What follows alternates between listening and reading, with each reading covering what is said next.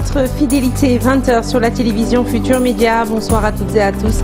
Bienvenue à cette principale édition des titres. Suite au décès d'un membre de sa sécurité, Barthélémy Dias brise le silence. Le maire de Dakar dénonce une arrestation barbare de la brigade d'intervention polyvalente sur instruction du régime en place. Le défunt Bassirou Diop, dont le corps repose à la morgue de l'hôpital régional de Saint-Louis, avait été arrêté le 12 novembre dernier. Célébration ce samedi 7 décembre de la journée de l'aviation civile, la journée coïncidant avec la 7e édition de nettoyage national. La NACIM l'a marqué en conviant ses employés à une journée de reboisement et nettoyage également à Keur-Massar. Plus de 500 quartiers se sont inscrits à une compétition nationale établie par les autorités dans le but de désigner le quartier qui offre le meilleur cadre de vie au plan national. Et dans le Nord, grosse mobilisation des jeunes de Dungaouro Alpha pour un retoilettage de la cité religieuse de Mohamedou Lamine Ly sous la houlette du directeur général de l'État civil. Enfin, finale de la CAN de handball, le Sénégal a croisé le fer avec l'Angola, tenant du titre et favori de la compétition. L'Angola a conservé son trophée, son 16e sacre acquis en République démocratique du Congo. Voilà pour les titres. Le développement, c'est tout de suite.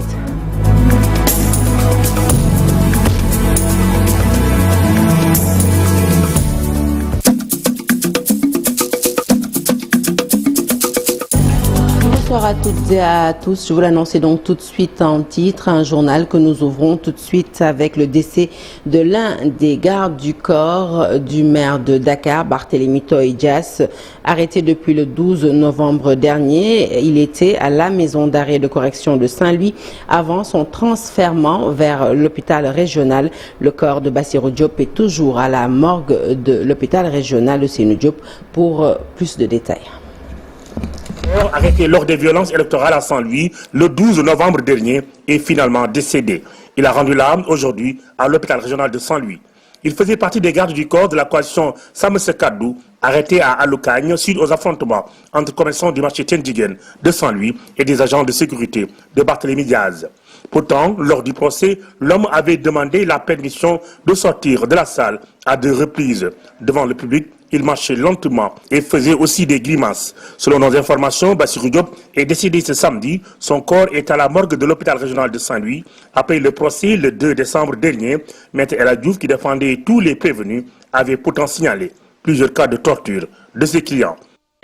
Et dans un communiqué, le maire de Dakar, Barthélémy Dias, a annoncé donc la mort de Bassirou Diop, un membre dévoué de son équipe de sécurité, injustement pris en otage à Saint-Louis avec 83 de ses camarades, selon lui, suite à une arrestation de la BIP sur instruction du régime en place. Bassirou Diop est, selon Barthélémy Dias, la deuxième victime de cette injustice. Il a déploré également la mort tragique du père d'un autre agent survenu alors que ce dernier était au procès pour soutenir son fils poursuivi dans une affaire politique infondée. Ces pertes, d'après le maire de Dakar, sont le résultat direct d'un acharnement contre un homme qui défend la démocratie et la justice sociale. Il appelle à la libération immédiate et sans condition de tous les détenus, y compris les membres de sa sécurité. Ce 7 décembre, journée internationale dédiée à l'aviation civile, la NACIM a tenu à marquer l'événement, réunissant tous les acteurs du secteur aéroportuaire au niveau de l'ancien aéroport Léopold Sédar Senghor. Le directeur général de la dite agence a rappelé la genèse de cette célébration, mais aussi montré l'importance de l'aviation civile, une occasion saisie pour organiser une journée de repoisement et de set-setal coïncidant avec la 7e journée de nettoyage national initiée par le président de la République, Bassirou Diomaye Diakhar Faye. Le reportage est signé Fatima Touré et Modou Diop. Sous la houlette de la NACIM, l'on s'active à nettoyer les abords de l'aéroport Léopold Sédar Senghor, mais également à rendre verte le site. Un cleaning day qui coïncide avec la célébration de la journée internationale de l'aviation civile, avec en toile de fond un ciel sûr, une aviation durable. Nous célébrons le 80e anniversaire de l'OACI, dont la convention de Chicago a été signée le 7 décembre 1944, qui mettait en place les principes de base du transport aérien et qui plus tard permettra de créer l'Organisation de l'aviation civile internationale, un des organes spécialisés des Nations Unies. Une très belle célébration de la Journée internationale de l'aviation civile, dont le thème s'intitule aujourd'hui un ciel sûr et une aviation durable. Une pierre, deux coups pour l'ANACIM qui célèbre cette 80e édition de la Journée de l'aviation civile, tout en répondant à l'invite du chef de l'État. Une des composantes principales de l'aviation, c'est la lutte contre l'impact du carbone, le changement climatique. Donc nous sommes engagés dans cette voie pour faire un set-setel aujourd'hui, mais surtout unir tous les acteurs, parce que l'aviation c'est une chaîne de valeur où chaque maillon de la chaîne est importante. C'est ce qui nous réunit aujourd'hui. Inviter aussi les jeunes pour connaître et découvrir tous les métiers de l'aviation. En réunissant tous les acteurs du secteur, l'ANACIM compte participer activement à la lutte contre la pollution, mais aussi améliorer le cadre de vie. Et nous restons avec la célébration de cette journée dédiée à l'aviation civile. Nos équipes se sont intéressées aux missions de l'ANACIM, autorité de supervision de la sûreté et de la sécurité de l'aviation. Elle est l'organe de régulation du secteur aéroportuaire. Selon le directeur général, Diagabas revient sur les tâches assignées à l'ANACIM dans tous les aéroports du pays. Je vous propose de l'écouter toujours au micro de Fatima Touré. Nous sommes l'autorité de supervision de la sécurité et de la sûreté de l'aviation civile. Donc l'ANACIM a en charge de mettre en place la réglementation nationale, parce que l'OACI édicte toutes les règles pour ce qu'on appelle les normes et pratiques recommandées pour tous les États contractants, et chaque État contextualise, domestique cette réglementation sur le plan national. L'objectif étant d'harmoniser la réglementation sur le plan international. Donc, nous sommes chargés de mettre en place la réglementation qui sera applicable au Sénégal. Nous avons en charge de superviser la sécurité. C'est nous qui délivrons les licences de tous les personnels navigants, commerciaux et techniques, les pilotes, les contrôleurs. C'est nous qui immatriculons les avions. Le registre national d'immatriculation des avions se trouve ici. Et c'est nous qui nous assurons que, en tout cas, que ce soit le personnel, que ce soit, l'industrie, se conforme à la réglementation nationale du Sénégal. Encore un autre mouvement d'humeur qui concerne le secteur de la santé. Cette fois-ci, il s'agit du syndicat des agents contractuels de la santé et de l'action sociale dont les membres réclament leurs indemnités. Ils exigent, ces membres, qu'on applique le décret de statut du personnel, un décret signé depuis 2016 par le président Macky Sall. Le reportage est de Mamadou Gueye et Amadouba. Le secteur de la santé est toujours en ébullition. Le syndicat des agents contractuels de la santé et de l'action sociale montre sa colère sur l'ancienne ministre de la Santé. La cause, des indemnités non attribuées. Depuis 2 ans, on vit une discrimination et une injustice. Et cette injustice, personne n'est d'autre responsable que le Dr Marie Ndiaye qui était là, ministre de la Santé et son équipe. Dans les services de soins, dans les services administratifs, aucun de ces agents n'a perçu des indemnités de logement. Et puis c'était de l'argent qui a été décaissé, il l'avait mis dans le budget de 2022 et 2023. Mais jusqu'à présent, il y a plus de 16 milliards. Le ministre, on se rappelle, à l'époque avait dit qu'il avait amené l'argent, remis l'argent au trésor. Et jusqu'à présent, il n'y a aucune preuve qui le prouve. Une autre doléance du syndicat, c'est le statut du personnel de la santé. Le décret est signé depuis 2016, mais c'est son application qui fait défaut. Depuis 2016, le décret était là. Il a été signé et devait être appliqué au 1er janvier 2017. Donc, nous exigeons que ce décret, que le ministre fasse un arrêté et que ce décret soit appliqué. Parce que si aujourd'hui on a des difficultés dans nos hôpitaux, c'est qu'on n'a pas de statut. Les contractuels n'ont pas de statut. Et ce statut-là, ça va permettre de régulariser les ressources humaines dans les hôpitaux. Ils interpellent le régime afin qu'il comble ses manquements dans le budget de 2025. On lance un message au Premier ministre. La santé, sans la santé, ce pays-là ne va pas se développer. Donc, on va vers un marathon budgétaire. Nous attendons que ce budget soit remis pour 2025 et tous ces agents contractuels, tous les agents contractuels de la santé et leurs indemnités de logement et leurs indemnités hospitalières complémentaires. Comme ça, il y aura de l'équité. La santé, ce secteur d'une extrême importance et souffrante. Ce mouvement d'humeur n'est qu'une manifestation parmi tant d'autres après la grève d'autres syndicats comme SUTSAS, SDT, 3S, entre autres.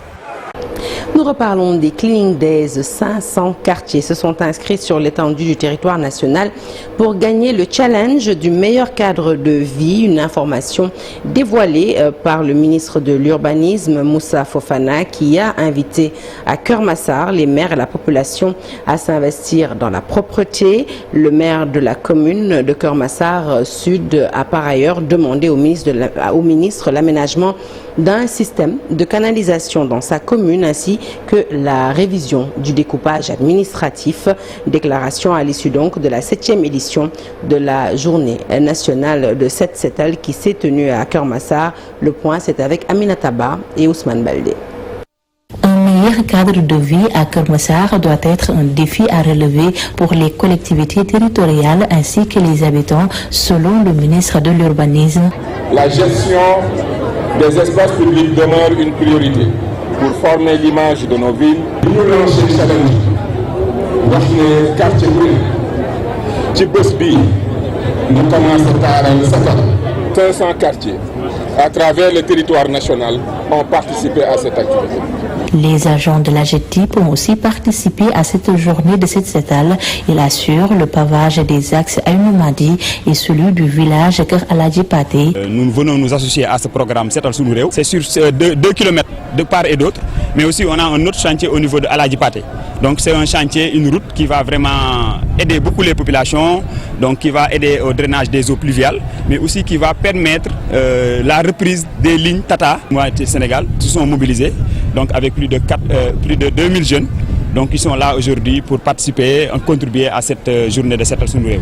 Le maire de la commune de Keur Massar Sud, Mohamed Bilal Diatta, plaide pour la révision du découpage administratif. Monsieur le ministre, nous avons besoin de canalisation à Aladji Paté, à Sotrak et dans toute la commune de Keur Massar Sud. Je vous interpelle également sur notre situation avec la commune de Mbao. L'espace que la gare routière et le forail de Keur Massar occupent fait partie de Mbao, ce qui est vraiment anormal. Pour cette 7e édition de la journée nationale de mobilisation citoyenne, Setal Sunu Rew, le ministre de l'Urbanisme a invité les entreprises du secteur privé à participer elles aussi à l'amélioration du cadre de vie à travers l'aménagement des espaces publics. Nakwa Sall a apporté sa contribution à cette journée de nettoiement national. Son président, Cheikh Cissé, se réjouit de l'initiative du président Bassirou Diomaye Faye de rendre plus dynamique et fort le secteur privé. Pour lui, les commerçants et industriels ont un grand rôle à jouer dans ces actions de nettoiement et de désengorgement que les nouvelles autorités ont lancées. Le marché du port a abrité ce matin l'opération de nettoiement déroulée par l'UNACOIS Sall. Nous écoutons Cheikh Cissé, il s'exprime au micro d'Ibrahim Akan. Depuis son accession au pouvoir, le président de la République a initié ces journées de sensibilisation de salubrité nationale appelées Setal Sunu Rew. À cette occasion, tout le secteur privé et tous les syndicats des travailleurs se sont constitués en un seul homme pour magnifier, pour vivifier son intention. Aujourd'hui, nous l'organisons ici au marché du port parce que le marché constitue un centre de référence national et même international, mais qui vit certains problèmes. Depuis son accession au pouvoir, le président a appelé tout le secteur privé parce qu'il constitue le fer de lance, il constitue la colonne vertébrale, les pionniers du développement endogène, du développement économique de notre pays.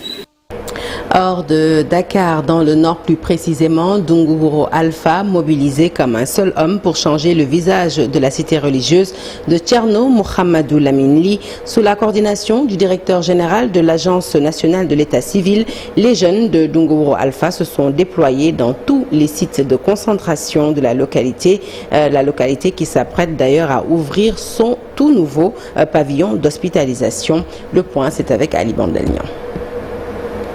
C'est la grande mobilisation à Dunguro Alpha à l'occasion de cette journée nationale Setal Segor. Piloté par le directeur général de l'Agence nationale de l'état civil, les jeunes femmes de Ouro Alpha ont massivement répondu à l'appel. Un investissement humain qui a permis de décongestionner l'entrée de la ville religieuse de Thierno Mohamedou Lamine Ly. Afin de permettre de rendre la ville propre d'abord, mobiliser toutes les énergies afin de contribuer à l'embellissement des espaces. Aujourd'hui, c'est au niveau du périmètre, le long du garage vers le poste de santé. Ce qui a été important, c'est la mobilisation des jeunes, surtout des femmes. On a observé une citoyenneté active de la population qui contribue d'une manière significative à rendre leur espace convivial et afin qu'il y ait vraiment un cadre qui permette l'épanouissement de la jeunesse, surtout des femmes et des personnes âgées. Donc ce qui est important, c'est de voir qu'il n'y a pas de personnes qui sont, on a donné de l'argent, c'est une mobilisation spontanée des jeunes. Juste à partir des informations, il y a une forte mobilisation. L'assainissement et la santé étant liés, le poste de santé Ouro Alpha a également été de la partie. Un poste de santé pilote qui s'apprête à étreiner son nouveau pavillon d'hospitalisation. On avait constaté au niveau du poste de santé, il y a souvent des personnes hospitalisées à plein air. J'ai été contacté par les autorités qui gèrent l'espace médical. Et avec nos démarches au niveau du ministère de la Santé, ils nous ont donné 2 salles d'hospitalisation. Donc ça c'est à saluer et à remercier parce que je pense que toute personne qui se trouve dans une collectivité doit s'activer et apporter sa contribution. Parce que tout ce que nous avons aujourd'hui, nous l'avons ici aussi. Comme au niveau de l'Agence nationale d'état civil, que je pense que vous avez constaté aujourd'hui, toutes les collectivités presque de la région de Matam sont interconnectées. Comme pour pérenniser les acquis de cette 7e édition de la journée nationale, le directeur général de l'état civil a laissé à la disposition de l'association pour le développement du village un important lot de matériel. Voilà donc Dunguro Alpha mobilisé pour participer à cette journée de nettoiement national, laquelle a été initiée, vous le savez, par le président de la République, Bassirou Diomaye Faye, actuellement en visite au Qatar. En marge de sa visite, le président de la République nous informe donc à travers un tweet qu'il a reçu en audience Monsieur Karim Wade, ancien ministre de la République. Bassirou Diomaye Faye de rajouter qu'ils ont eu des échanges constructifs sur la situation politique, économique et sociale de notre pays.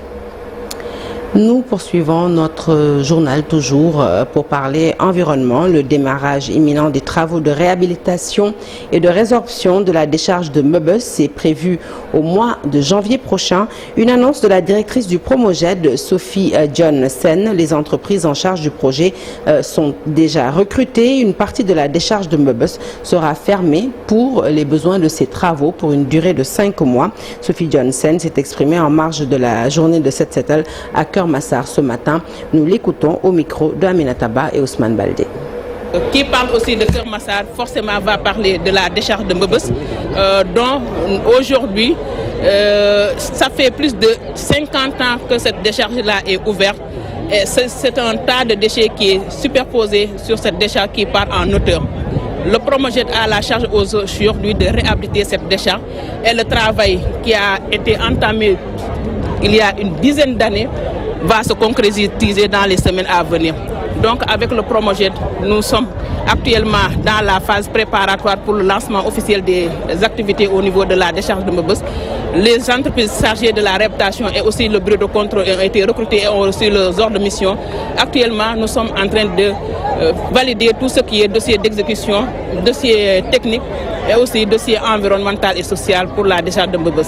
Et dans les semaines à venir, officiellement, nous allons lancer cette réhabilitation qui va concerner un tiers de la décharge de Mbebes, dont nous aurons un remodelage de la décharge, mais à côté un centre de tri et de transfert et une zone de compostage pour procéder à une fermeture partielle de la décharge d'ici 15 mois. De l'environnement, nous passons à la religion pour évoquer le Gamou annuel de Médina Niassène de Keur Madiabel qui se tiendra le 4 janvier prochain, le Khilafa Soufi au Sénégal. C'est le thème de cette 77e édition de l'événement avec en toile de fond le rôle des foyers religieux dans la société sénégalaise, une occasion pour les organisateurs de revenir sur certaines préoccupations pour le bon déroulement du Gamou. Nous écoutons tout de suite Serigne Barham Niass, porte-parole du jour. Il nous en dit plus au micro de Ousmane Deme et Tcherno Diallo.